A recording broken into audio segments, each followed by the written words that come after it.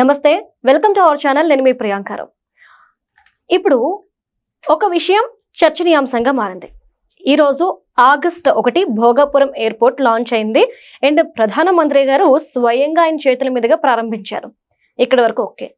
But చాలా మంది ఇప్పుడు ఎయిర్పోర్ట్ అవసరమా అని అడుగుతున్న వాళ్ళు ఉంటే, కానీ ఏబి వెంకటేశ్వరరావు గారు ఒక పోస్ట్ పెట్టారు, ఈ క్రెడిట్ ఎవరిది అని చెప్పి.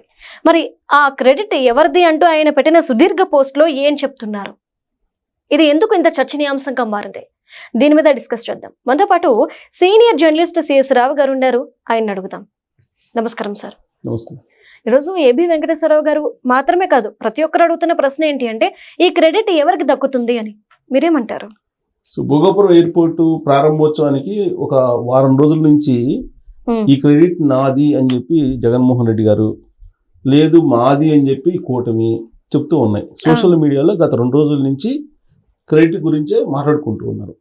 అయితే ఇక్కడ పబ్లిక్కి కొంత లాస్ ఆఫ్ మెమరీ అనేది ఉంటుంది అనేటువంటి ఉద్దేశంతో ఏబి వెంకటేశ్వరరావు గారు ఒక ట్వీట్ చేసినట్టు నాకు అనిపించింది. ఆ ట్వీట్ నేను చదువుతూ ఉంటే అసలు ఏం జరిగింది ఈ భోగాపురం ఎయిర్పోర్ట్ విషయంలో అనేది చాలా క్లియర్గా చెప్తూ, ఈవెన్ ఆ రోజు జరిగినటువంటి అంశాలు చాలామంది మర్చిపోయి ఉండొచ్చు అని చెప్పి కూలంకుషంగా మొత్తం చెప్పారు. దాంట్లో అత్యంత పెద్ద సీక్రెట్ ఏంటంటే, జగన్మోహన్ రెడ్డి గారు 2019లో అధికారంలోకి వచ్చిన తర్వాత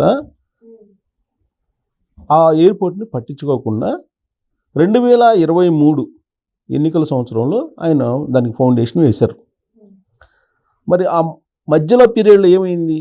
2019 నుంచి 2023 దాకా మధ్యలో ఏమైంది అనే దాని మీద చాలా క్లారిటీ ఇచ్చారు ఏబి వెంకటేశ్వర గారు. ఎందుకు ఆపేశారు అనే దాని మీద, మళ్ళీ ఎందుకు ఫౌండేషన్ వేశారు అనే దాని మీద క్లారిటీ ఇచ్చారు. కాకినాడ సెజ్లో జిఎంఆర్కి కొన్ని షేర్స్ ఉన్నాయి.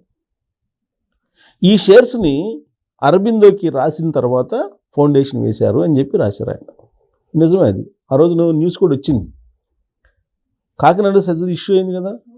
కాకినాడ సెజ్కి సంబంధించినటువంటి జిఎంఆర్కి సంబంధించినటువంటి వాటా ఏదైతే ఉందో ఆ వాటాని అరబిందో కంపెనీకి, అరబిందో కంపెనీ అంటే జగన్మోహన్ రెడ్డి గారికి దగ్గర బంధువులు, అలాగే విజయసాయి రెడ్డి గారికి కుటుంబ బంధువులు, ఆ అరవిందో కంపెనీకి జిఎంఆర్ వాటాలు ఇచ్చిన తర్వాత కాకినాడ సెజ్లో అక్కడ ఫౌండేషన్ వేశారు భోగాపురంది. ఇది క్లారిటీ. క్రెడిట్ ఎవరిది అనే దాని మీద ఇప్పుడు మనం అసలు మొదటి నుంచి ఏం జరిగిందని మనం కనుక విశ్లేషణ చేసుకుంటే, 2014 నుంచి 2019 మధ్యలో జగన్మోహన్ రెడ్డి గారు ప్రతిపక్ష నాయకుడిగా ఉన్నారు. అధికార పక్షంలో చంద్రబాబు నాయుడు గారు ఉన్నారు. భోగాపురం ఎయిర్పోర్ట్కి అసలు శంకుస్థాపన చేసింది ఎవరు, టెంకాయ కొట్టింది ఎవరు అంటే చంద్రబాబు నాయుడు గారు. ఆ తర్వాత ల్యాండ్ అక్విజిషన్కి జీవోలు ఇచ్చారు. జీవో ఇచ్చి 16,000 ఎకరాలు కావాలని చెప్పి తీసుకున్నారు. తీసుకుంటే ఆ తర్వాత జగన్మోహన్ రెడ్డి గారు వచ్చి ఇంత అవసరం లేదు 2019లో వచ్చింది. అప్పటికి ఆల్మోస్ట్ ల్యాండ్ అక్విజిషన్ అయిపోయింది, శంకుస్థాపన చేశారు. శంకుస్థాపన చేసినప్పుడు కంటిన్యూషన్లో దాన్ని పూర్తి చేయాలి కదా జగన్మోహన్ రెడ్డి గారు. ఇది ఎప్పుడు పూర్తి కావాలి? 2020 కల్లా పూర్తి కావాలి మామూలుగా అయితే. కానీ 2019 నుంచి పట్టించుకోవాలి ఆయన అధికారంలోకి వచ్చిన తర్వాత. ల్యాండ్ అక్విజిషన్ అయిపోయింది కదా, జీవో ఇచ్చారు కదా చంద్రబాబు నాయుడు గారు. ఆ మిగతాది ఏదైనా ఉంటే కంటిన్యూషన్ ఆయన చేయొచ్చు కదా, చేయలే. ఎందుకు చేయలేదంటే నేను చెప్పాను, కాకినాడ సెజ్కి సంబంధించింది. సో జగన్ ఆ రోజులు చేయకపోగా 3 సంవత్సరాలు ఖాళీగా ఉండి, ఇప్పుడు అసలు 2023లో ఫౌండేషన్ వేసి అసలు నేను వేసాను ఫౌండేషన్ దానికి అని అన్నారు. ఇప్పుడు చంద్రబాబు నాయుడు గారు 16,000 ఎకరాలకి ఆయన ల్యాండ్ అక్విజిషన్ చేసి అవసరం అని చెప్పి ఎయిర్పోర్ట్ కంటే అంత అవసరం లేదని చెప్పేసి 5,000 ఎకరాలు తగ్గించేసి చేద్దామని చెప్తే లాస్ట్కి 3,000 ఎకరాలు తగ్గించేసి ఆయన ఎయిర్పోర్ట్కి శంకుస్థాపన చేశారు. ఇది ఏబి వెంకటేశ్వర గారు పొందుపరిచింది. ఇదంతా వాస్తవం, ఇది జరిగింది అని చెప్పి చెప్పారు. సో చంద్రబాబు నాయుడు గారు 16,000 ఎకరాలు అంటే అవసరం లేదని చెప్పేసి ఈయన చేసిన పని, ప్లస్ ప్రతిపక్ష నాయకుడిగా జగన్మోహన్ రెడ్డి గారు ఉన్నప్పుడు ఆ రోజున భోగాపురం ఎయిర్పోర్ట్కి అవసరమైన భూముల కోసం రైతులు ముందుకు వచ్చి ఇస్తున్నటువంటి క్రమంలో కొంతమంది పక్షాన జగన్మోహన్ రెడ్డి గారు నిలిచి న్యాయ వ్యవస్థలో మనం పోరాడదాము అని చెప్పి కోర్టులో కేసులు కూడా వేయించారు ఆయన. అంటే అడుగడుగున భోగాపురం ఎయిర్పోర్ట్కి సంబంధించినటువంటి పనులని అడ్డుకోవడానికి ఆయన ప్రయత్నించారు అనేది తెలుగుదేశం పార్టీ వాళ్ళు చెప్తున్నారు. ఇప్పుడు ఏబి వెంకటేశ్వర గారు కూడా ఆయన ట్వీట్లో ఆల్మోస్ట్ అదే మెన్షన్ చేశారు. అంటే కోర్టులో కేసులు వేసి అడ్డుకునే ప్రయత్నం అనేది లేకుండా అంత అవసరం లేదు ల్యాండ్ అని చెప్పి. సరే వచ్చిన తర్వాత ఏం చేశారు, సరే 16,000 ఎకరాలు అవసరం లేదు కుదించారు. కుదించినటువంటి ఆ ల్యాండ్ ఎక్కడికి పోయింది అని అంటే అది వెంచర్లు వేసుకున్నారు. ఎవరు వేసుకున్నారంటే వైఎస్ఆర్ కాంగ్రెస్ పార్టీకి సంబంధించినటువంటి వాళ్ళు ఎంచుకున్నారు అనేది వాళ్ళ మీద ఉన్నటువంటి ఆరోపణలు. సో ఇప్పుడు మళ్ళీ 2024లో చంద్రబాబు నాయుడు గారు వచ్చారు. ఇంకోటి మధ్యలో ఇంకో పాయింట్ మెన్షన్ చేశారు ఏబి వెంకటేశ్వర గారు.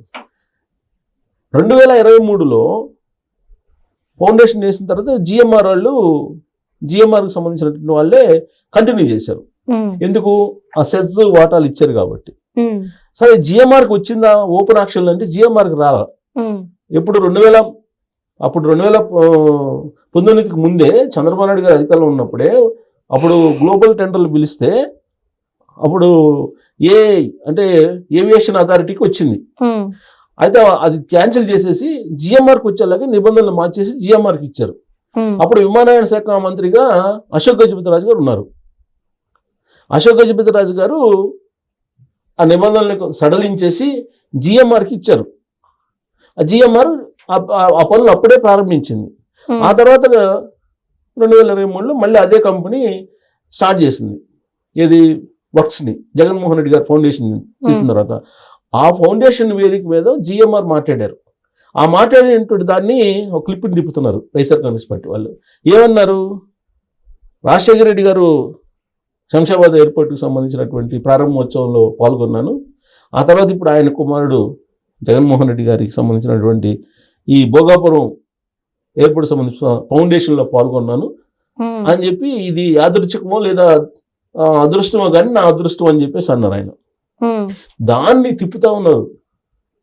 జనరల్గా ఏ పారిశ్రామికవేత్త అయినా ముఖ్యమంత్రిగా ఎవరుంటే వాళ్ళని ప్రశంసిస్తారా లేదా? ఖచ్చితంగా. మరి జిఎంఆర్ కాకినాడ సెజ్ వాటాలు నాకు తీసుకొని ఈ ఫౌండేషన్ వేసి నాకు అప్పచెప్పారని చెప్పి చెప్పలేరుగా. ఎందుకు చెప్తారు? ఆ వేదిక మీద చెప్పలేరు కదా.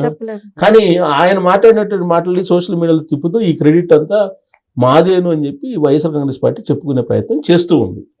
అయితే ఇప్పుడు ఏబి వెంకటేశ్వర గారు ట్వీట్ చేసి మొత్తం అసలు డే 1 నుంచి ఏం జరిగింది అనేది క్లుప్తంగా ఆయన ట్వీట్లో పొందువచ్చారు.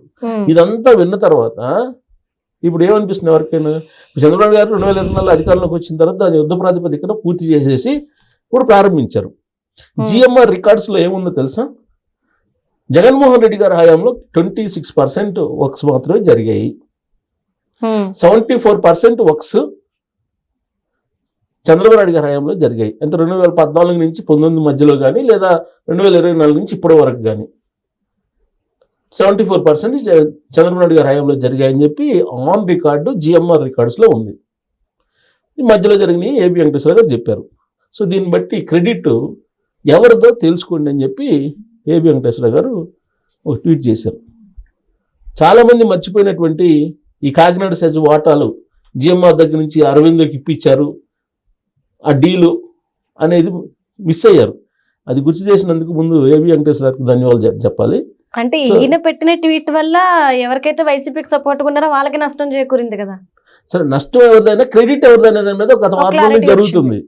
ఇప్పుడు ఇది అన్న తర్వాత క్రెడిట్ భోగాపురం ఎవరిది అనేది మన వాళ్ళు తెలుసుకోవచ్చు. Right, thank you so much sir.